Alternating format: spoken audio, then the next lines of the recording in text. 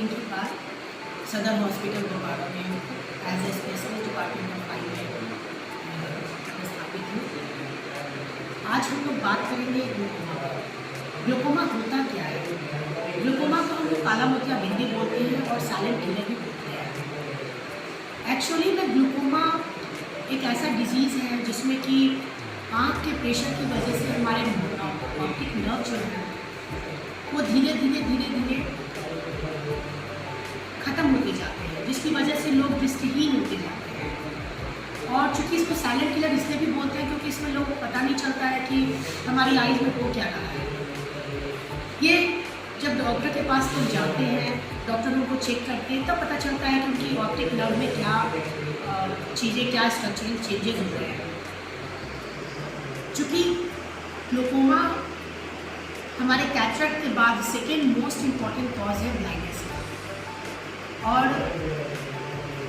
हमारे जो आँख के पिछले हिस्से में जो एक्वस ह्यूमर होते हैं, जो हमारे आँखों के आगे आते हैं, और इसी एक्वस ह्यूमर में जो हमारा दबाव जो पड़ता है उसी की वजह से ग्लूकोमा होता है।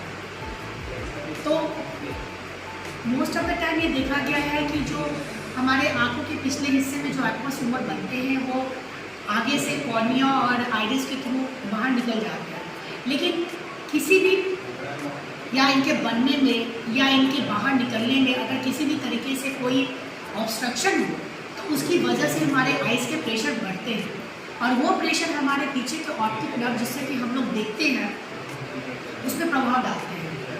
तो ग्लूकोमा मेन हमारे एक्वस ह्यूमर के कारण जो प्रेशर पड़ता है हमारे ऑप्टिक नर्व में, उसकी वजह से ये मोतियाबिंद होता है। दो तरह का मोतियाबिंद होता है, एक सफ़ेद मोतियाबिंद है, काला मोतियाबिंद। सफ़ेद मोतियाबिंद जिनको हम लोग कैटरेक्ट बोलते हैं, और काला मोतियाबिंद ग्लूकोमा जिनको हम लोग काला मोतियाबिंद बोलते हैं। ये कई तरह के होते हैं। पहला कॉज है, पहला ये ओपन एंगल होता है, दूसरा क्लोज एंगल होता है, तीसरा सेकेंडरी ग्लूकोमा होता है जिसमें कि चोट लगने की वजह से या बहुत सारे कैटरेक्ट ऑपरेशन नहीं होते हैं, बाद में फेकोलाइटिक ग्लूकोमा का रूप लेते हैं। और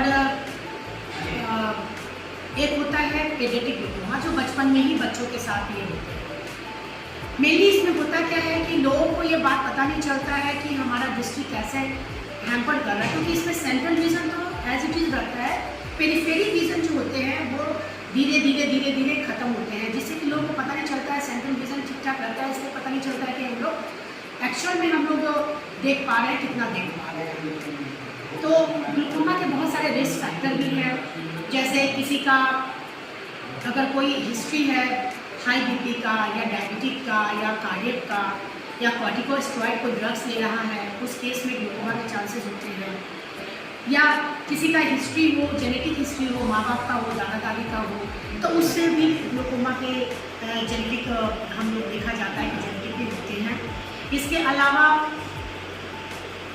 जो ग्लूकोमा जो हमारे मेनली जो ग्लूकोमा के पॉजिटिव एजेंट्स हैं वो तो ठीक है, हमारा 40 के बाद हमको उसका इलाज हमेशा हमको दिखाना है, डॉक्टर से दिखाना है, और ये सब है।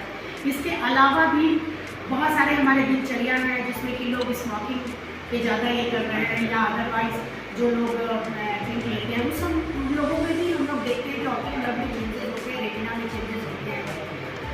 ग्लूकोमा का जो गवर्नमेंट हम लोग के लिए ग्लूकोमा का अवेयरनेस प्रोग्राम भी चलाती है, ग्लूकोमा वीक भी मनाते हैं हम लोग, और ग्लूकोमा डे भी हम लोगों ने बनाया है इस बार 12 मार्च को। तो इस साल का जो थीम था हमारे ग्लूकोमा का कि world is bright and save your site, ये हमारा इस साल का थीम था। और ऐसा नहीं है कि ग्लूकोमा को हम लोग डायग्नोज कर दिए और ग्लूकोमा को हम लोग ठीक भी कर दिए, हम लोग इसके प्रोग्रेशन को रोकते हैं बाय द बहुत सारे इलाज है इसमें, जैसे कि दवा है इसका, सर्जरीज है इसके, खान पान में सुधार है, जिसको बीपी है, शुगर है, उसको कंट्रोल करके हम लोग ग्लूकोमा को रोकते हैं। तो कहने का मतलब यही हुआ कि 40 के बाद आप हमेशा अपना आई का चेकअप कराइए और जो भी आपके कॉज हैं, पॉजिटिव एसिड हैं, उसको दूर करने का दूर करने के लिए डॉक्टर से सलाह लीजिए। और जो दवाएं चल रही हैं उस दवा को भी टाइम टेबल से, रेगुलेशन से हम लोग अगर चलाएं तो ग्लूकोमा के प्रोग्रेशन को काफ़ी हद तक हम लोग दूर कर सकते हैं। ग्लूकोमा हमारे सोसाइटी में बहुत लोगों को नहीं पता है कि होता क्या है। इसके लिए बहुत ज़रूरी है कि हम लोग जब भी कंप्लेन करते हैं या जब भी हम लोग अवेयरनेस प्रोग्राम मनाते हैं तो उसमें हम लोग लोगों को ये जागरूकता फैलाने का काम भी करते हैं कि लोग ऐसे भी डॉक्टर के पास आए और अपने आई का चेकअप कराएं और इस तरह से जो अननोन बीमारी है उसके बारे में डॉक्टरी सलाह लें, ताकि हम एक तरह से दृष्टि को दृष्टिहीन होने